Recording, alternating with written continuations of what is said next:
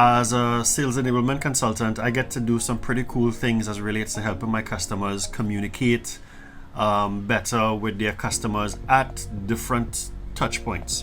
So I'm going to show you a little example now as to how I am testing and building out a chat flow and what a chat flow actually looks like.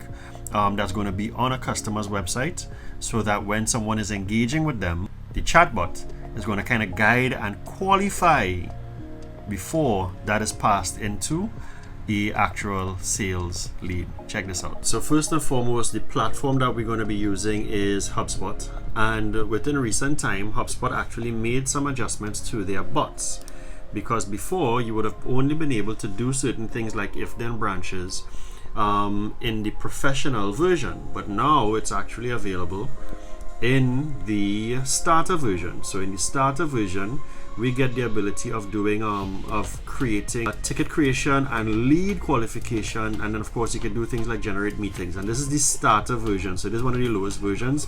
You get the ability to do this with. Right. When somebody comes on your website, if it is that you have a website that's very engaging, or you want to have a website that's very engaging, you could actually now build out a chatbot that could kind of ask the right questions, qualify the person the right way, and not even just try to get them into your CRM or just try to get somebody's email, but actually direct them to different areas on the site to start building some sort of trust and guidance, so that they get to better familiarize themselves with the site. So let's take a look at what that looks like now. So on the back end of HubSpot, I can go to conversations, and from conversations I will go to Chatflows. When I go to Chatflows, I will now be on the back end of a chat flow. And what this chat flow looks like is that when somebody hits the site, what's going to happen is that it's going to actually ask them particular things, right? So I have a number of if-then branches that the site is going to be following through. So everything that you're actually seeing here.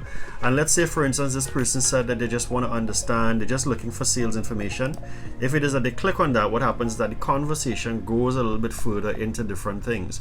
If the person says that they are looking for stuff along the lines of prospecting, what's going to happen here is that it's going to point them in the direction of something that relates to prospecting from off of my website. Now again, the chatbot is doing this, not an individual. Now why is this important? This is important because you get to save time, so someone doesn't have to sit down looking for a conversation that comes in, or stop from what they're doing to switch across to do a conversation. So let's do a little example as to what does that look like if it's live. So right from the back end of HubSpot, if I come across here and I say check preview, let's take a look at what the preview is. So somebody comes onto the site, it's going to say, it's going to ask them, hey, what is it that you're interested in?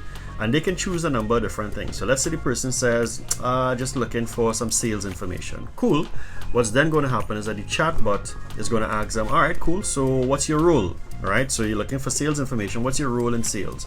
And this person is going to say, maybe I'm a sales professional. All right, cool.